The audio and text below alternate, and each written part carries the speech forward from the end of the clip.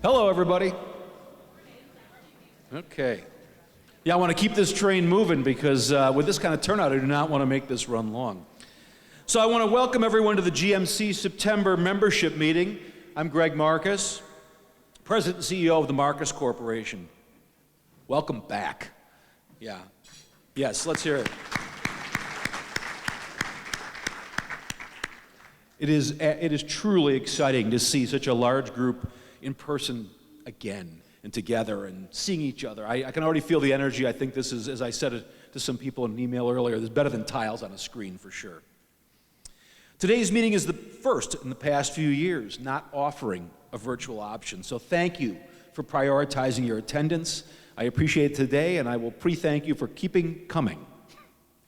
I'd like to start by welcoming today's special guest, Senator Dale Kooyenga. Dale, I saw you here earlier.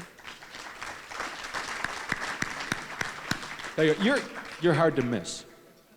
I feel like I'm standing in a hole when I'm sitting next to pretty much most people, but Dale for sure. Mike Nichols, President of the Badger Institute. Mike? Oh, there you go, right there. Brittany Kinzer, President and Executive Director of City Forward Collective.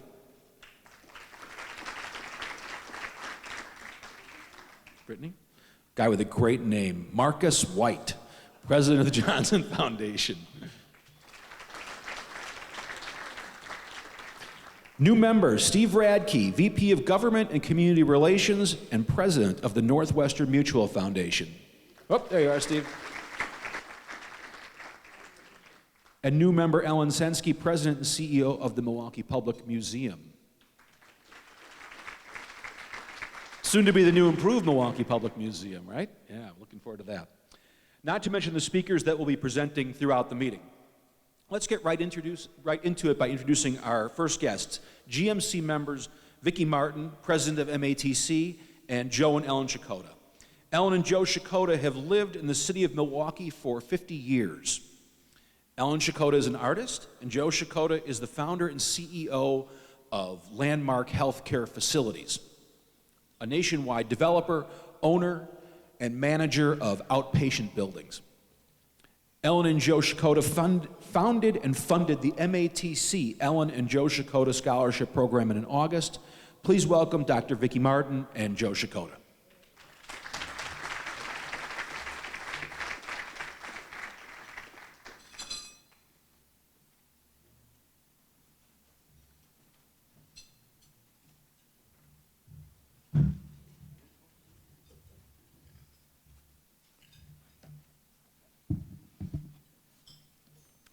Thank you for inviting MATC and Ellen and me to your event today. Can I be heard in the room?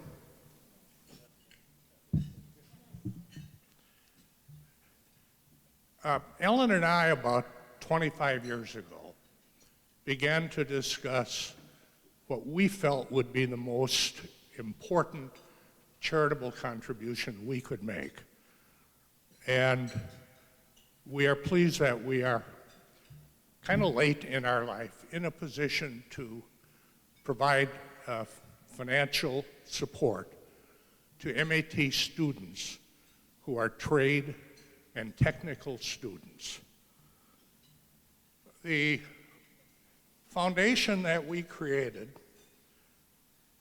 is really intended to permit MAT trade and technical students to achieve a technical diploma or a certificate that will enable them to either find employment or advance their current career. We're focused on something like 3,000 MATC students through the program, the scholarship program we created. We're especially targeting residents of Greater Milwaukee who most require a leg up to advance their careers, be able to earn an income that supports a family of four. We believe that our program will take a small step in helping fill jobs that are vacant in Milwaukee. The kind of help that we are providing, we look to help educate carpenters, electricians, plumbers, welders, website preparers, property managers, cosmetologists, barbers, auto mechanics, medical and dental assistants, the kinds of jobs that currently are going begging in metropolitan Milwaukee. It's our understanding that currently the support, the scholarships MATC provides are principally limited to tuition. And we recognize that help with tuition payments doesn't quite get the job done. So the program that we have organized in lockstep with the leadership of MATC not only provides help with tuition, but books, meals, travel, transportation, children, child care, and housing. And therefore, there is every incentive for a student that benefits from our program to earn a degree faster. MATC will utilize vouchers rather than cash for most of the support, financial support from our program. Child care at MATC's location in downtown Milwaukee, ditto meals, a voucher for books at the MATC bookstore, of course tuition. We recognize that many of the students who will receive help have a very difficult home life and life in general. And the use of the vouchers will ensure that the money goes to the purpose for which it's intended.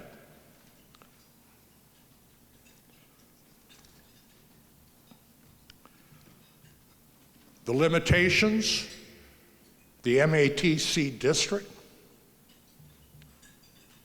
low-income households as defined by the federal government, 9 credits as a minimum caseload, and they must obtain their trade or technical degree within approximately 18 months. Some exceptions, but few and far between. They must maintain a C average, period. And the funds from the scholarship Ellen and I have funded are last dollar funds. All the other money that's available to these students, state, federal, other, all that money must be utilized before our funds are able to be utilized. It's a tough love program.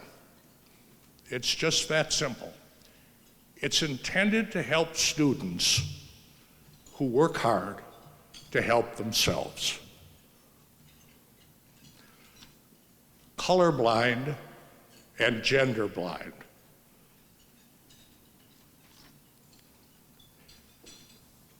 We were pleased we were able to offer a $5 million gift to launch the scholarship program. And it's a challenge gift.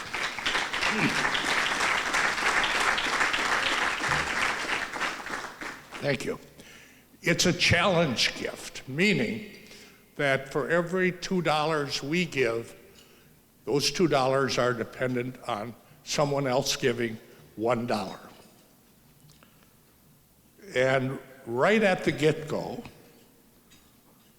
just right out of the box, Juliana Ebert and Frank Daly offered the first matching gift of $500,000.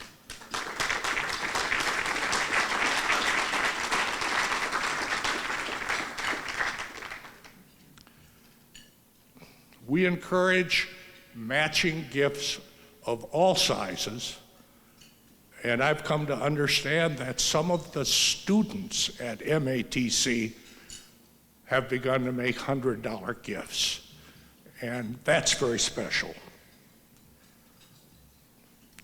We believe that literally several thousand students at a minimum will be helped with this gift. And we're pleased to learn that the combination of the matching gifts of $2.5 million and our gift of $5 million will become the largest gift in the history, the 110-year history of MATC.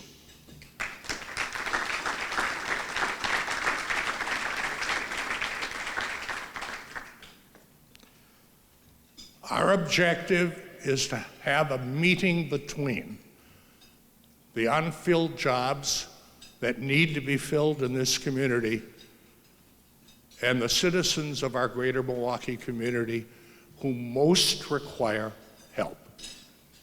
That's the story. Thank you.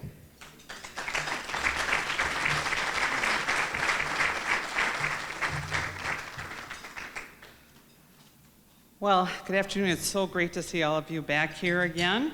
But first, I want to recognize and thank Ellen and Joe for your generous gift that is truly going to make impact on our community like no other.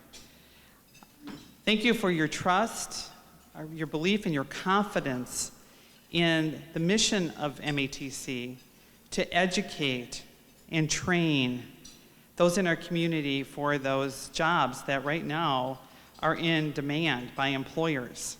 Many of you have asked me in this room as employers, how are your enrollments? In fact, today I got this question. And because of COVID and everything that's been going on, our enrollments have been slightly down. And that doesn't bode well for us or our community, except that this scholarship fund from Joe and Ellen Chakota, I think will be that game changer. It's going to make that real difference in young people and adults who are looking to change careers, or our returning students will say, this is my time. This is the time I need to come back, because this may never come again. This opportunity to have all the areas covered that typically are areas that our students leave college for, because they cannot afford the complexity of their world and the costs of all the things that Joe just mentioned in terms of childcare, all of the tuition, all the fees, books, equipment, transportation, and limited housing in terms of our Westtown Green affordable student housing. So I just think it's quite the opportunity that many of our students will never see again. And we're hoping that this will be one of those generational changes that we can make in our community and supply the talent, the diverse talent pool that is so desperately needed in our community. Through the generosity of Joe and Ellen Chakota, this would not be possible. And they're really to be thanked, because I believe they're going to change the landscape of students coming back, staying in school, completing and going out and being one of your employees, and making that difference in our community that we so desperately need to fill those jobs that are going unfilled right now. As Joe just mentioned, we did have the donors, and I can't thank Julie and Frank enough, because within 48 hours, they stepped up and said, we want to be part of this. We want to be part of this change that we're going to see in our community, and the help that we're going to give our students and employers eventually, and everyone's going to prosper and benefit. So thank you again so much for your generosity.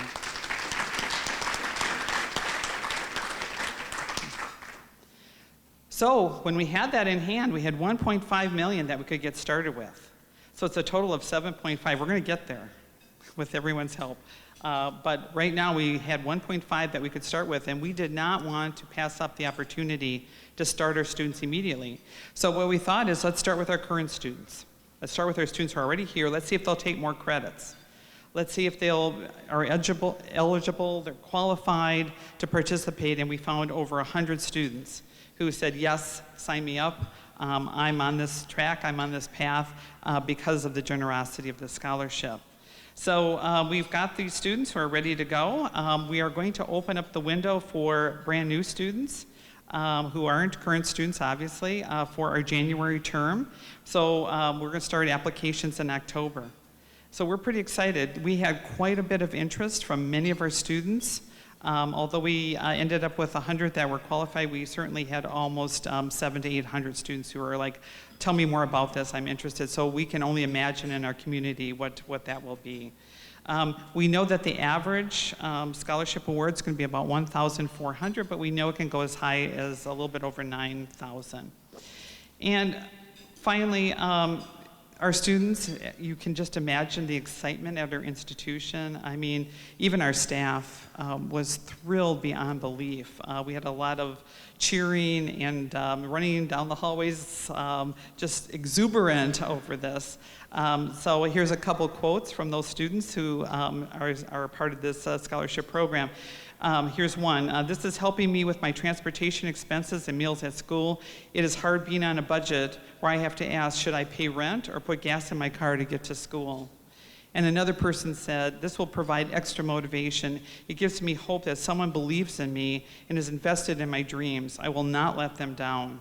And that's really directed to you, Ellen and Joe, for all the great work that you have done to get this scholarship in place. And we know that as little as $100 can stand in the way of students not completing and dropping out. We have so many stories around this.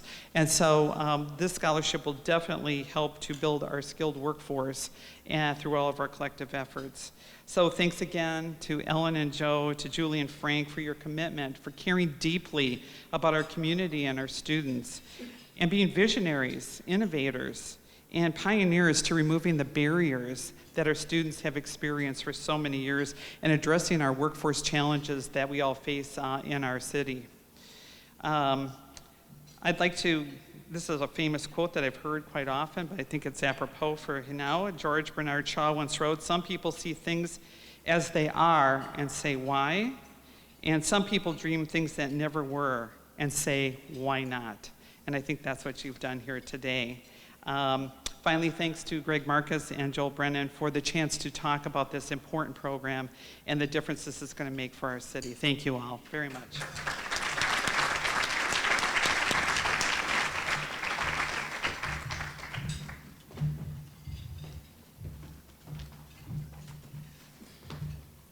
Thanks, Vicki and Joe, and thanks for your commitment to advancing opportunity and education in Milwaukee. As I think people are aware, the GMC has worked closely with MATC over the years on any number of things, currently on M-Cubed, on HERA, on Bradley Tech, many other initiatives. We're fortunate to have Vicki's leadership and the institution's commitment to educational innovation and equity in our community.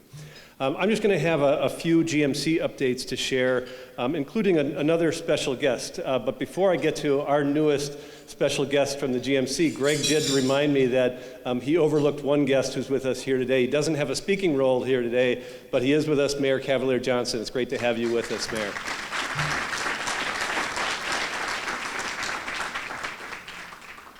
Once Rob is done with his report, he may not be smiling like he is right now, but I think the mayor is familiar with the situation in the city. But I did want to also recognize the GMC's newest staff addition, Trinice Ferguson. Trinice, where are you in the room here? Right over here. Trinice is a Trinity Fellow from Marquette University, joining us as a Resource Development Coordinator, be supporting our MK United initiative. She brings experience from Public Allies, Artworks from Milwaukee, Pearls for Teen Girls.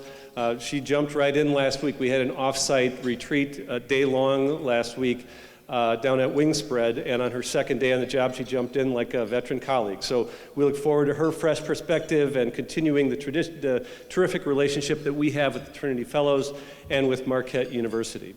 Speaking of fresh perspective, we have launched our strategic planning partnership at the GMC with Janine Edwards of P3 Development Group and Steve Zimmerman of Spectrum Nonprofit Services. These two individuals, their organizations, have worked to help many nonprofit organizations in Milwaukee and across the country affirm their commitment to their community while examining what tactics work for this unique point in time. We're fortunate to have these great partners in our work. The GMC really has been called to either deepen our work or change tactics, re-examine our place in the community many times over that 75-year history. And the way the world has changed just over the last few years calls on us to do it again. So our clearly defined goal over these next few months of planning is to explore internally, externally, how we can have the greatest impact in our community and in the region. What issues will drive a stronger future? Where can we play an effective, defining role in the kind of collective action that our community really needs? Building on some of the work that started last fall during the search for Julia's successor, members, community stakeholders will have an opportunity to provide input, reaction to the steps we'll take in the coming months to ensure that we can be effective and have region-wide impact into the future.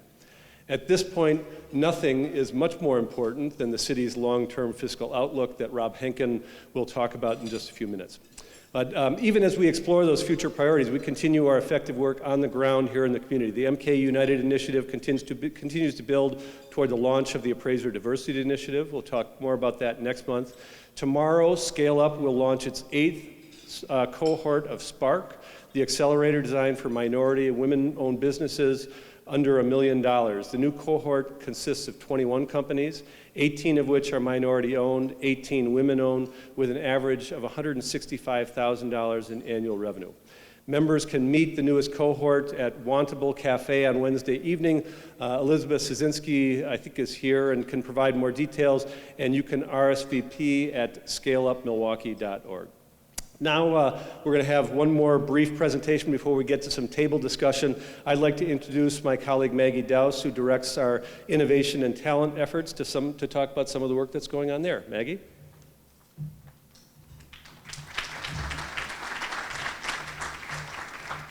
Hi everyone, it's nice to see you. As Joel said, I lead our innovation and talent work here at the Greater Milwaukee Committee, and so I have one quick announcement and then get to introduce some special people that are with us today.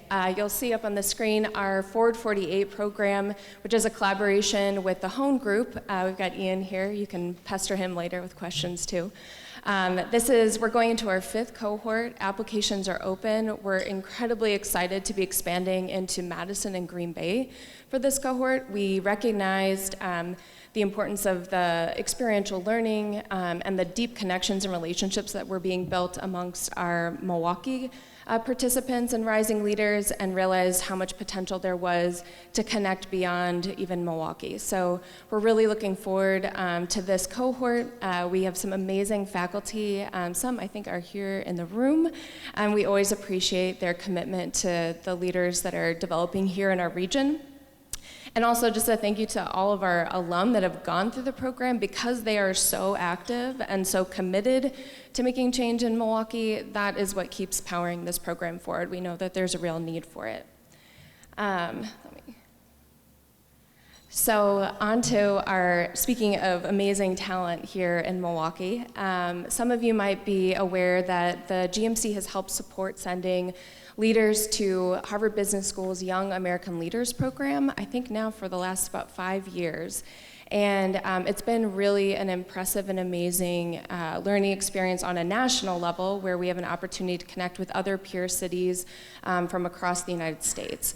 Today we have 3 of our participants from the most recent cohort who are going to just do a brief report out about their experience and some of their key takeaways.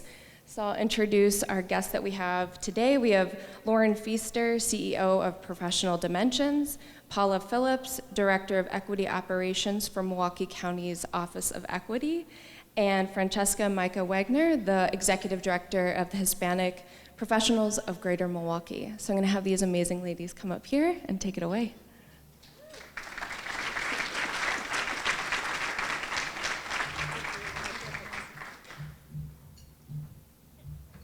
We didn't rehearse, so I'm going to kick it off and then pass it to my colleagues here. My name is Lauren Feaster, proud CEO of Professional Dimensions. This is our standout team. We didn't just want to put this slide on here so you could see how beautiful we were, but we wanted to in the spirit of accountability, make sure that you all are familiar with the faces that went and took advantage of this so we can be good stewards of your investment. And I think that that's a really important theme that you'll hear coming out of the remarks that we have. So this slide represents the different cities that sent cohorts to the Young American Leadership Program, so that gives you a little bit of context on who we were able to interact with. They also all represent cities that sent or participated in, or maybe are soon to participate in case studies. So several of the professors at Harvard would go to a city, study the city, learn about a different initiative, and then bring that as a study that we would read and then comment on. So they'd ask us questions like, if you were the mayor and Amazon had the opportunity to come to your city, what would your response be? Would you want to win that? Would you want to reject the proposal? Would you want to allow it? And it allowed us to wrestle with the concept, and then afterwards, we would get the chance to hear from the mayor of that city or learn from what they actually did and see if it was actually a beneficial situation. So that was cool. One thing I'll say about Milwaukee, and then I'll pass it on to Paula for the next slides. I loved being around other cohorts from other cities and seeing the camaraderie that we had. Everyone in Milwaukee, and I think Milwaukee was the only city where we all knew each other prior to going. And I know that was, I don't know, maybe that was intentional, maybe it wasn't. We all applied, but the level of relationship and trust that existed when we went in allowed us to have much more transparent conversations about the different sectors and how they were interacting, and not have to tiptoe around real feedback that we might have had for our city, and live with the complexity of being in a place that we love, but also being in a place that we want to improve. So I'll shut up and pass to Paula. I'm still clicking.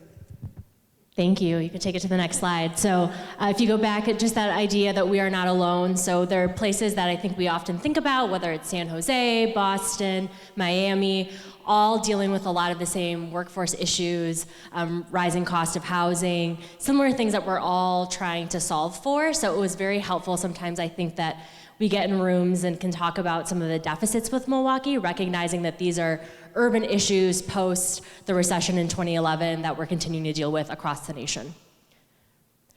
So this is an example, to Lauren's point, of going through a lot of different case studies, really thinking about the definition of shared prosperity. So recognizing that we've been able to see writ large economic gains within our country over the past 30 years. Those haven't necessarily translated to workers seeing that same sort of income rising, wealth generation. So really recognizing that in order for us to be a sustainable democracy, how can we ensure that as we continue to grow in our capitalist society, grow capital, grow our economy, that we can see that happen in people's wallets as well. So you'll see here, what we are sort of tasked to deal with is really trying to identify how are we going to solve for that question of shared prosperity. And after a lot of discussions during sessions, after sessions, before sessions, early in the morning, our cohort really thought that we really need to think about how we can support enhanced accountability around time and resources that are invested in workplace and workforce development, and really expanding that outside of our traditional view of workforce development, but really going back to that intersectional approach, somewhat demonstrated by the scholarship we just heard about. How are we thinking about education and workforce? How are we thinking about stabilizations of neighborhoods? So recognizing there are a lot of investments happening right now, particularly with the federal investments coming down, how can all of us in our community know where that money is going and what sort of outcomes are happening? So with that, I will pass it to Francesca. Wonderful, thank you so much. I did just want to highlight one other piece. As you looked at those graphs, everything that we did in this program was rooted in data, was data informed. So yes, there's certainly the story and the people element of this, right, and the humanity of it, but it was also very squarely rooted in the data that we're seeing. And Milwaukee wasn't unique, as Paula said, in experiencing many of the challenges that we're seeing in our city. So Paula talked about the task that we had as a team, and this is a summary of what we developed as our project statement. In Milwaukee, we will convene stakeholders to develop a coordinated cross-sector strategy to improve accountability for workforce development, which will empower underserved communities and drive economic growth. And I think as a team, as we sat there at the end of this experience, and we're really curious about what this will look like coming back to our city and what we might engage in as a cohort, we started also thinking about the other cohorts who had gone through this experience, and what we learned afterwards, that each of them also wanted to focus on workforce development. So I think as we look forward to next steps with the Greater Milwaukee Committee and what's possible, I think really leveraging the power and the strength that is within all of the past cohorts, we're now 50 strong as Yelp alumni in Milwaukee, will be a really critical component to move this initiative forward. And so, while all of us have a desire to work on the topic of workforce development, we are really excited to be partnering with the Greater Milwaukee Committee as an engine to help move that initiative forward. And we'll be looking for opportunities to connect with each of those past cohorts and thinking about how they interpreted the initiatives around workforce development to really come together with a cohesive, coordinated plan with those cohorts as well. And this is a nice quote from one of the professors that we had the pleasure and the honor of working with at Harvard. Change will take a village, a cross-sector, multi-stakeholder coalition. And I think as we think about other initiatives that we've heard about today, I'm looking at some of you in this room, we already know that that's the ticket, but how do we come together and enhance that experience across the city? Especially with some of these up and coming and emerging leaders who have really great ideas, and maybe the Greater Milwaukee Committee can just be that engine to help move that forward. Anything else you ladies would like to add?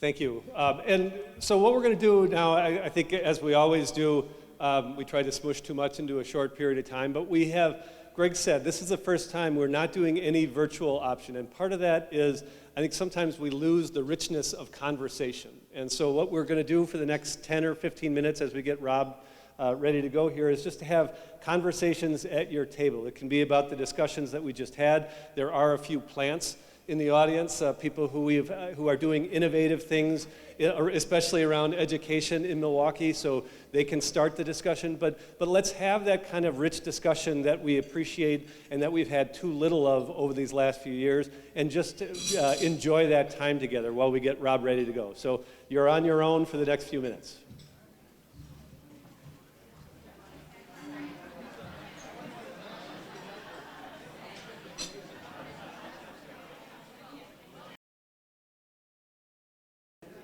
I'm sorry to have to interrupt everybody.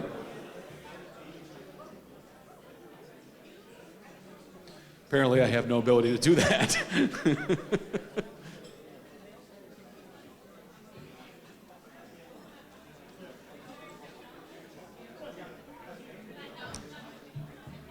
I'm sorry, Rob, we're going to discontinue your presentation because people are having a good time talking to one another. It's going to have been the best 10 minutes we've had in a GMC meeting in a long time. Oh.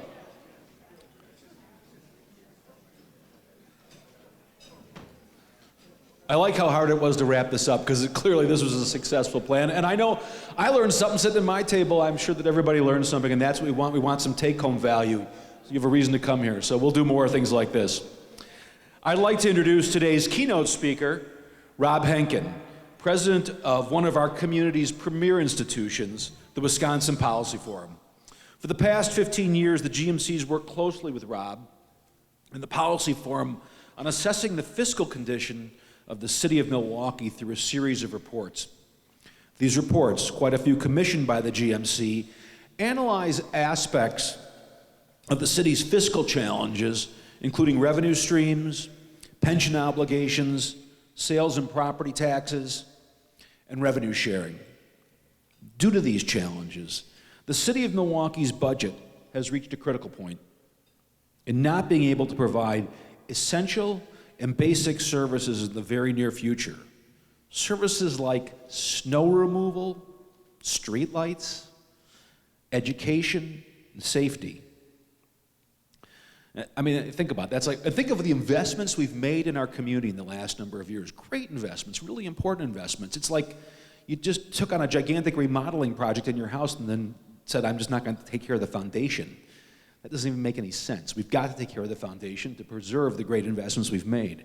The GMC continues to commission these reports and work on affecting policies surrounding this broken revenue issue, because we know that if we do not, the bottom is very close to falling out from under us. By sharing the clear facts, we hope to motivate our community leaders and elected officials into collective action. Here to share these facts of a preliminary report that will be released on September 20th is Rob Henken, President of the Wisconsin Policy Forum.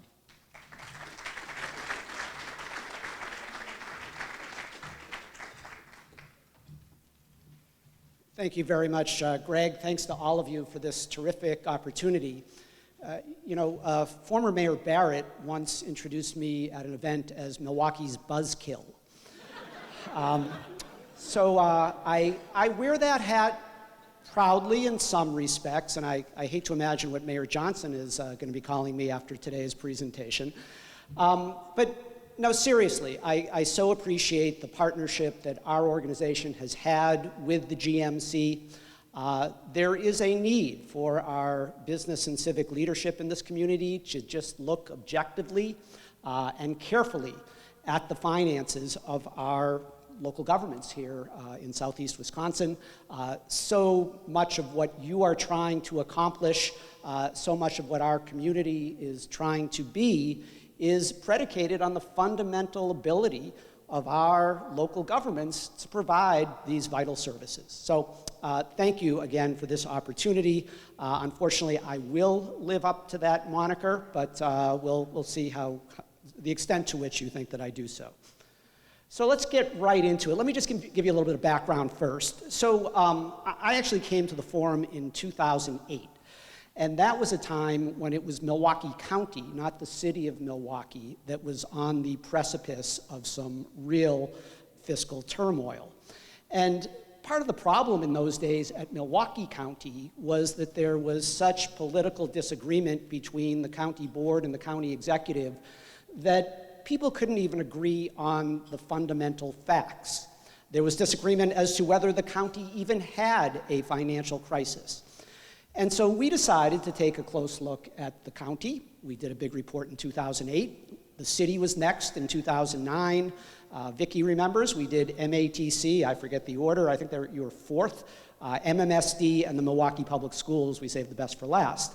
And what we did in these reports is decided to, again, not to geek and wonk everybody out, but to come up with a set of a dozen indicators. And we were very careful to select a group of fiscal indicators that were not ones that me and our staff at the forum came up with, but we borrowed them from a group called ICMA. That's the International City County Managers Association. And we said, look, we were concerned that if we picked certain indicators that somebody was going to say, well, you're deliberately doing this to make the financial prognosis look worse than it is, or vice versa. And so we felt that we could use indicators from ICMA. But the other thing that we really liked about this methodology is the levels of solvency that they used in connection with their indicators. And so cash solvency, I'm sure there are plenty of accountants in the room, that speaks to a government's ability simply to meet its payroll and pay its bills. We have a next level of solvency, which is budgetary solvency. How difficult are annual budgets? And is the government making decisions in the course of deliberating over annual budgets that are perhaps going to make matters worse in the longer term? We have long-term solvency, which speaks for itself. How do things look 5, 10 years out? And then we have a very, very important level of solvency, which is service level solvency. Because after all, the dollars and cents are important and the fiscal condition is important, but one of the essential questions is, to what extent is the government able to use its resources to provide the services at a level and a quality that its citizens need and expect. So that's enough about the methodology, but I'll speak to the relevance in just a moment. To try to dumb it down a little bit, that's not meant to be derogatory, but we wanted to make sure that our analyses were products that people were going to read. And so we came up with this traffic light methodology. As I think back, I mean, how low tech, that was 2008 when we first did this. But it was a pretty simple way to say for each of these indicators, and believe me, in the reports there's lots of text, but we give either green lights if the situation is good, yellow lights if it's cautionary, red lights if it's alarming, and in a few cases we'll give 2 lights because it was sort of right in between. So what this slide is showing you, I know it's hard for several of you to make out, but where we came down. So we did that report in 2009. The GMC, and thank you again very much, commissioned us to do an update in 2016.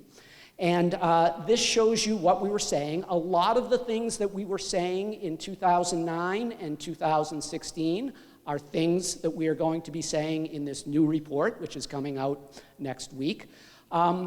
But some things have changed as well. A couple of interesting things. We found that we raised the alarm bells in 2009. So mind you, that was 13 years ago. And what we observed was a revenue structure that was really just did not have the ability, the city's revenue structure did not have the ability to expand at anywhere close to what its forecasted expenditure needs were. That was a time, remember, Great Recession, stock market had already plummeted. So for the first time, the city had an overfunded pension fund for years. It's one of the big things that distinguished it from Milwaukee County, and we saw trouble on the horizon there. And so it was a front page story in the Journal Sentinel when we produced that 2009 report. Interestingly, 2016, we felt that things had actually gotten a little better. One of the things that had happened was that Wisconsin Act 10 had been passed. And the last thing that I want to do is debate the pros and cons of Wisconsin Act 10. But I will say to you that purely from a financial perspective, it helped the city of Milwaukee very much. City of Milwaukee, and part of this had nothing to do with Act 10, but with Act 10 and with resolve and with some very good, as one of our former presidents said, strategery, the city was able to dramatically reduce its healthcare costs. And it essentially used healthcare savings for several years leading up to 2016 to be able to get over some of its revenue hurdles. But still, if you are keeping score, a lot of red and yellow lights and certainly something to be concerned about. And indeed, there was sufficient concern that 1 year later, we decided to take a deeper dive into the city's revenue structure. Again, with GMC partnership on that project, came out with a report called On the Money. I know several of you have seen these 2 key slides before, but one of the most important elements of that report was we identified every city in the United States with a population between 300,000 and 1 million, with the exception of about a half dozen or so. Some are combined city-county governments. Some cities actually pay for their school districts, so we couldn't have them in our comparison group. But we came up with a peer group of 39 cities. You can't see them all on that slide. But what this slide is showing you is the extent to which Milwaukee is just off the charts compared to all of its peers in terms of reliance on the property tax as essentially its sole source of local tax revenue. All of these other cities have a mix of different forms of taxation. And again, for those who know me, you know I could probably go on for the next half hour about the pros and cons of sales versus income versus property taxes. Don't want to do that. But I think suffice it to say, just as we think about our own investment portfolios, that having some diversification most of the time is a very good thing. And we don't have that here. The national average in terms of, the average around across the 39 peers, the median in terms of the share of property tax revenue is a percentage of local tax revenue, 52%. Milwaukee, 96%. And it's really 100%. That other 4% is tax incremental and business improvement district monies. So for all intents and purposes, that is our only game in town. And so that raises a whole bunch of issues that are problematic. The other thing that is just so unusual and unique about Milwaukee and its revenue structure is its reliance on state aid. And so this often confuses people because people are familiar with the fact that city leaders for many, many years have made the point that hey, state government never increases our shared revenue payments. Now, on the one hand, that is correct. Shared revenue payments are actually lower in non-adjusted inflation terms, as I'll show you in just a moment, today than they were 20 years ago. But still, the City of Milwaukee receives about $230 million in shared revenues from the state of Wisconsin. And I don't care how you slice it, $230 million is a lot of money. The problem is that that $230 million hasn't gone up, hasn't even been nearly adjusted for inflation. But our structure, the structure that our forefathers designed, that really started in 1911 when the state established its income tax, was to say local governments, we're going to restrict them in terms of the revenues that we are going to allow them to raise in terms of local taxes. And in return, we are going to share state revenues with them to make up for that. And so part of that has happened, but part of that over time has fallen apart. So let's now get to the present. This is the report cover. Don't share this with anybody. This report is not coming out until next week. You can see the title. We think very hard about our titles, and so I want to emphasize the word nearing the brink. The title is not on the brink because through some very good fortune, the City of Milwaukee has received a payment of $394 million in federal American Rescue Plan Act funds from the federal government. So the precipice of just abject fiscal duress and almost disaster that we have seen on the horizon for many years is still, as I am about to show you, very much on the horizon, but there's still a 2-year window where these dollars can be used, and we're going to see Mayor Johnson's first budget next week, I believe, so I don't know what's in it, but my prediction is that while there will be plenty of pain in that budget, it's not the type of pain that the city is likely to see a couple of years from now when these federal dollars run out. But let's get into the various elements of these fiscal indicators and just let me tell you the story of why things the way they are today. First of all, I talked about this state aid. So what we're showing you on this slide is the federal aid is in green, the property taxes are in royal blue, the state aid is in darker blue, and then we have public charges for service, which are in gray. And clearly, so when you go back to the year 2000, and we look at the City of Milwaukee's general fund revenues, by far the leading source, comprising more than 40%, was state aid in those days. The property tax was in the low 20s.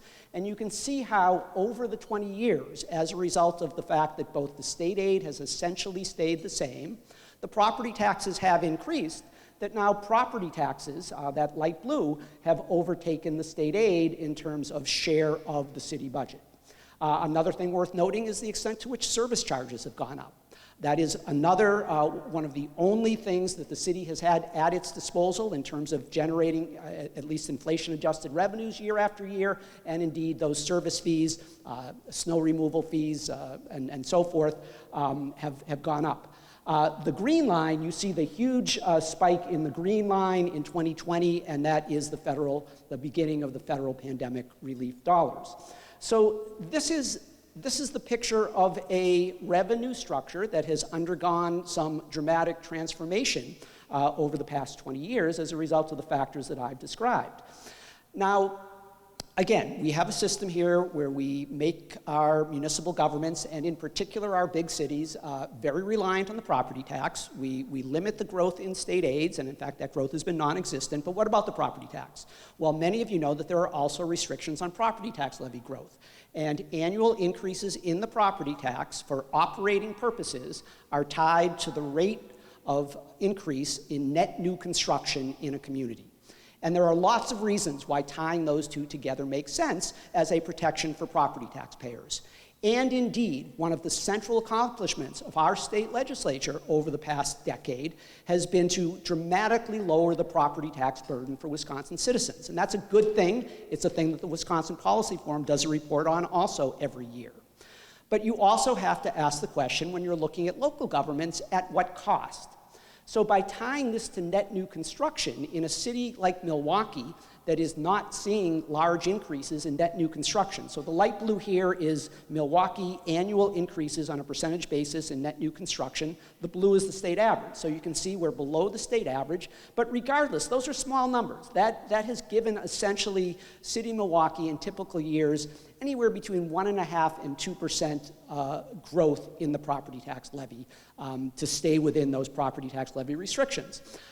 There is one exception to that, and that is that levy that is issued for debt service purposes is exempt from the levy limits.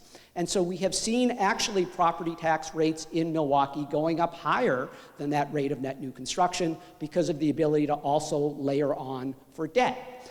But you don't have to be Alan Greenspan to know that issuing too much debt and being incentivized to issue debt as a way of being able to abide by your levy restrictions is not an ideal fiscal practice, and we'll talk about that. We'll talk about that right now. So the story of the city levy over this period is relatively healthy increases averaging in the 3% range, and healthy is not a value-laden term, healthy from the perspective of getting enough money to provide your services at the levels you're accustomed to. What we are showing you here is, however, where that levy is going. We have seen more of that levy being devoted to city debt, which is the very light blue, to the city's pension fund, which we'll talk about in just a moment, which is the slightly darker blue, and the darker blue is the amount of levy that's actually being spent on core city services. So we have, while we do have some growth in the levy, we have seen declining shares in real terms. These are inflation-adjusted numbers. I'm sorry, these are not inflation-adjusted numbers. My next chart is. In nominal terms, we are just seeing less of that property tax levy able to be channeled into core city services like police, fire, libraries, public health, et cetera, because of the need to devote more to these other sources. What else can I tell you to just brighten up your day today? Another real big challenge. So again, I have the pleasure, I guess I'll call it that, of having been able to analyze city and county and school district budgets for many, many years now. And for me, one of the things that always distinguished the city from the county when we started doing these reports, was that the city had some well-stocked reserves. It was very strategic about the use of its reserves, and it was able to make strategic withdrawals from those reserves to shore up city services, keep somewhat of a lid on property tax levy, and not have to cut positions and to the extent that it otherwise would have. It was that, plus the fact that the city, up until 10 years ago or so, had an overfunded pension fund.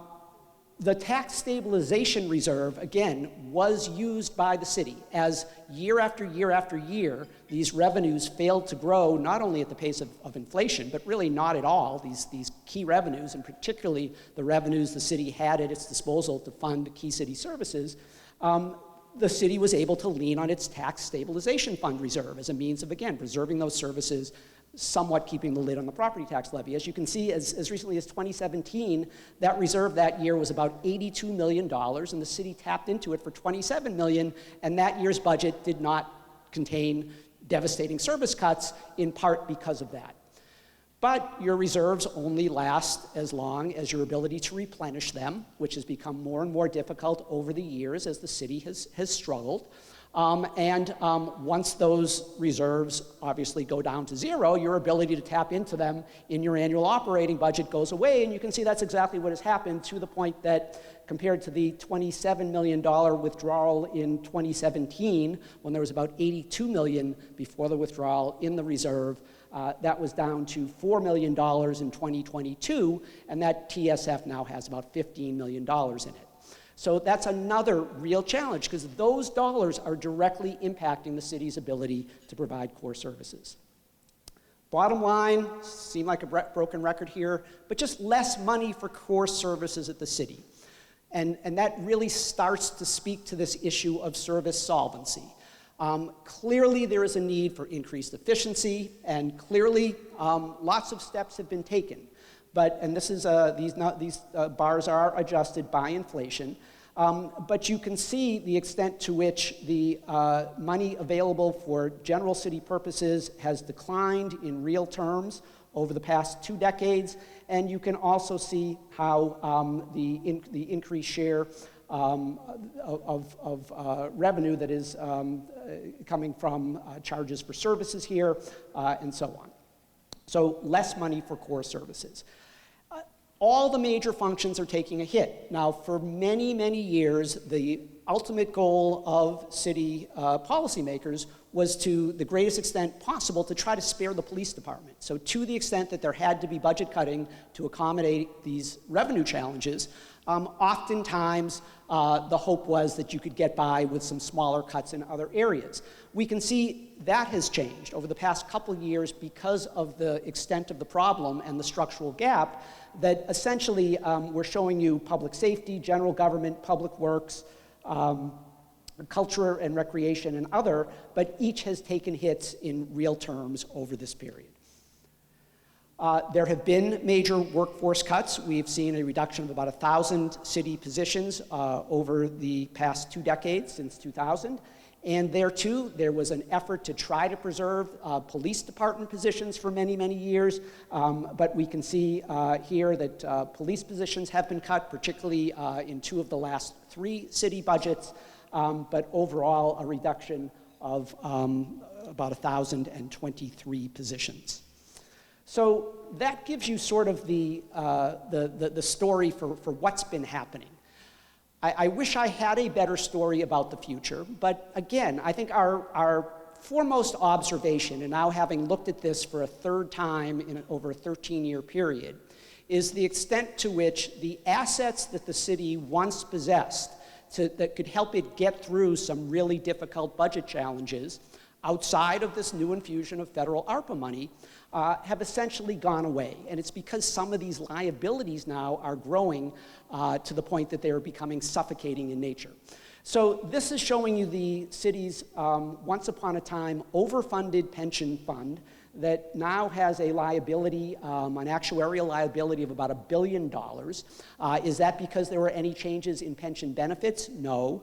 One of the huge factors is investment returns. Number one, the returns have not been hitting consistently the city's actuarial mark, which used to be 8.5%. So that has had an impact, and then city leaders, I think prudently, pension fund leaders, have reduced that target to 7.5%, which is still pretty ambitious, but doing that increased the liability substantially. So there's a growing liability, and that means there is a growing need for the city to devote an even larger share of that very challenged pool of local resources to supporting its pension fund. And that's a very important city policy. There are places like Chicago, Illinois, and others, not to pick on our neighbors to the south, that simply don't fund their pension liabilities. City rules say you've got to build toward 100% funding, but that means the amount of property tax levy that has to be devoted to service the pension fund grows every year, leaving fewer dollars for those core services. That cliff is coming. I think you've probably, this group has been reading about it in the newspaper, has been seeing statements from the mayor and his team, but due to a long story, in 2023, that city pension fund payment is expected to have to grow from about $70 million in this year's budget to about $120 million in the 2023 budget. Now, the good news is that the city does have a pension reserve, that the city is able to use these ARPA dollars to plug some holes in departmental budgets, which will free up some resources to at least meet that need for the next couple years. But when those resources are gone, come 2025, that's a big $50 million hole in the city budget that's going to go on top of what is a structural hole typically in the $25 to $50 million range anyway. And that's a lot of money. The city's general city purposes budget is a little over $600 million. So that is a very, very sizable budget challenge. City has other liabilities to be concerned about. This is retiree health primarily and life insurance. This benefit has been adjusted over the years, but it still remains a very daunting liability. The city does this one on a pay-as-you-go basis, but once again, out of that city budget every year, there are tens of millions of dollars being spent to provide health care for retired workers. And that liability is growing, and those annual budget allocations, both with the increased cost of health care, the increased aging of the city workforce and retirees, that's going to grow as well. City debt, I mentioned, a growing concern. Bond rating agencies have expressed concern about this, and I don't want to necessarily be critical here. We see the exact opposite situation, interestingly, at Milwaukee County, where Milwaukee County has been steadfast about controlling its annual debt every year. Well, Milwaukee County now has a $1 billion infrastructure backlog. City has been much more diligent in taking care of its infrastructure, but I don't think any of my budget friends at this table would disagree that debt levels are uncomfortably high in order to do that. It's an old city with old infrastructure. So this, again, just sort of compounds the problem. You put all of this together. The green is other, the gray is pension, the blue is OPEB, the light blue, the dark blue is outstanding debt, and you have significant inflation-adjusted, non-inflation-adjusted growth in these total liabilities, which again, this is something when we first started looking in 2009, the city did not have this problem and it had reserves. And that is one of the big differences that we are seeing here. Last but not least, we'll give you a little good news. In terms of short-term solvency, I said at the beginning, that's something we look at. Nobody has to worry. The city is not going to default on its next payroll. It's able to pay its bills. Its short-term solvency has actually improved over the last couple years, but that's also because the city issued a very large revenue anticipation note to lock in a lower interest rate. So if you look at the total bar here, it's encouraging. If you look at only the dark blue, which is unassigned fund balance, that is a growing problem. So even when it comes to short-term solvency, which received a green light from us in 2016, this is also now an area that is a growing concern. So to wrap it all up, we used our traffic lights again. We didn't do 12 this time. We sort of categorized our indicators. Again, you'll be able to see more in the next report. Again, I don't think we need our DPW director to tell us that when you're seeing a bunch of reds and yellows, that's not a good situation. And so I think, let me just close by saying I've spent a lot of time talking about revenues. I've spent time, once again, glooming and dooming you regarding the outlook. I do want to emphasize that while you have all heard a lot about the sales tax proposal, and while I'm not going to weigh in on that proposal, I am here to tell you that the problem is sufficiently large that it is not going to be resolved on the revenue side alone. That there is also going to have to be something done on the expenditure side. And that's no knock on city leaders who've been looking under every stone to try to find ways to cut costs. We at the forum, several of our directors and members in the room, know that we've talked about a couple things.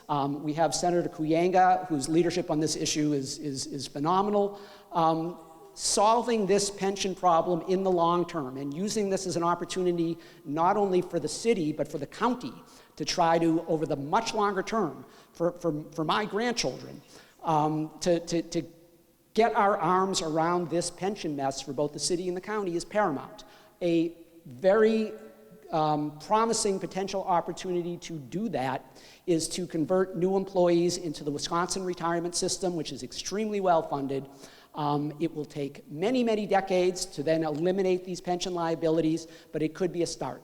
And I'm not going to bore you with all the details, but that too would require some help from state government, not only to agree to do that, but also because actually the short-term fiscal impact from such a move would be bad. The long-term impact would produce some good results. And also, we talk a lot about shared services and consolidation. For those of you who live in Milwaukee County's North Shore, we're actually coming out with a big report on police consolidation in the North Shore tomorrow. We think there's still lots of untapped opportunity here. We have a mayor and a county executive who not only get along, but are good friends. And this is really a time to look at the way we can make all government in Southeast Wisconsin, even at the regional level, service sharing throughout the county and even throughout the region, really has some promise, not just as a cost cutter, but as a way to improve the efficiency and the quality of services. So we think that that has to be looked at very carefully going forward as well. So I will stop there, but I believe I have at least a few minutes for questions. Yes, sir.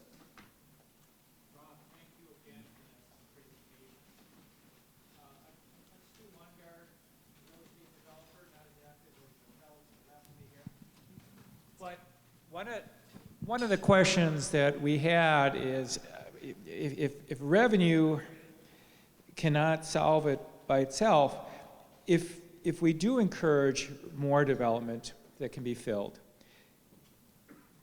over time, can that help balance it out? Or do we still need to have radical expense cuts to make it work? So new development would help in terms of giving city leaders at their discretion the ability to do higher annual increases in property taxes.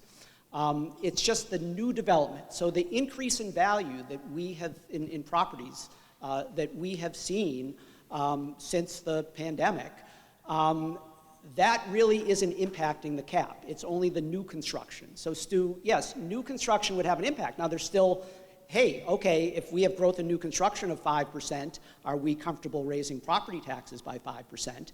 And there's still an issue there in that we're saddling Milwaukee property owners with this entire responsibility, as opposed to people like me who commute to Milwaukee every day, but there's no sales tax, so when I buy my lunch, I'm not paying anything into it. So there's a whole other set of issues there, but to answer your question, it could help. But again, the ability of city leaders to raise property taxes, even if they could, because of development, to the level that would be needed to fill these budget holes, I think is both politically unrealistic, but more importantly, it's not affordable for business owners and homeowners in the city of Milwaukee. Thank you.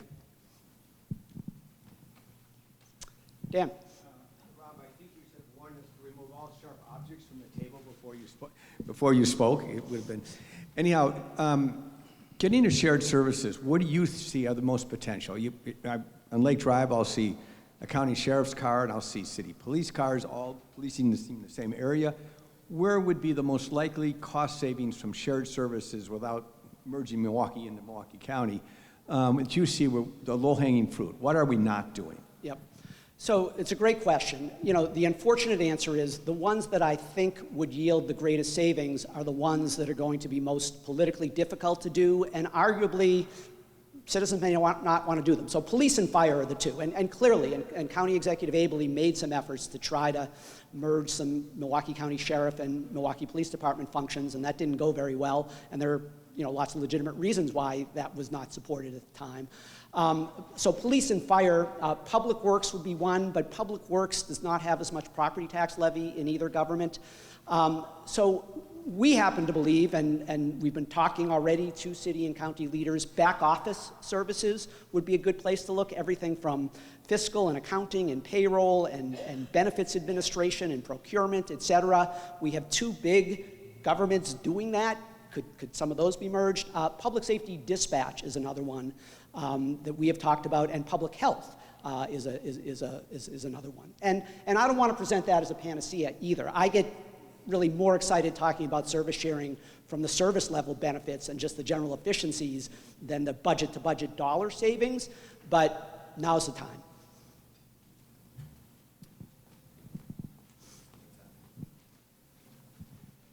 Yeah. Thanks for the presentation, Rob. So it sounds like that we can develop more real estate. There's some efficiencies between county and city, but it sounds like that sales tax is a big key piece. So how do we get there? What are the steps, and what is in the way of doing this? So you're asking that question to the leader of the nonpartisan think tank. So it's above my pay scale. But seriously, what I will say, and again, I don't want to be gratuitous to the state senator in the room, but I think first of all, I have seen the relationship improve just in some of the discussions that have taken place. I think that there are some real common interests between legislators in Madison and city and county leaders here, potentially on the pension side. So to me, it's where can we find that common ground and come up with a proposal that will have pieces to it that will have some, palatability to both sides. But again, and I'm not looking to cast aspersions to anybody at the state, but hey, the city and the county need help from the state. They don't have the tools in the toolbox right now to grapple with the enormity of these financial problems.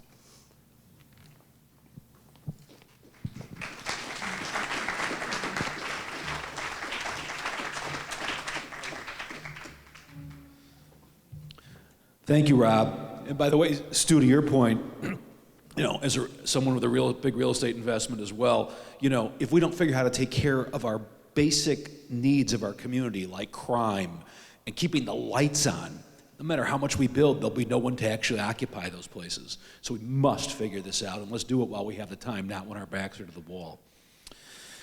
So Rob, we'd like to thank you for putting this information before us and organizing it. We'd also like to thank your research director, Jason Stein. As many of you know, the GMC has been working with the City and County of Milwaukee and the MMAC on creating additional revenue streams for the past few years. A large part of these efforts is our ability to have bipartisan participation in creating solutions that are sustainable and long-term. We can't stress how timely the need for a solution is, and the GMC is committed to helping us find one. Keep your eye out for the GMC newsletter with a recap of today's meeting and initiative updates. Our next meeting is October 10th, speaking of crime, with the Milwaukee Chief of Police, Jeffrey Norman. Obviously very timely, very important, and I look forward to seeing all of you there. Reminder to the GMC Board of Directors, we're meeting on the other side of this dining room for our board meeting in just a few minutes. This meeting's adjourned. Thank you, everybody.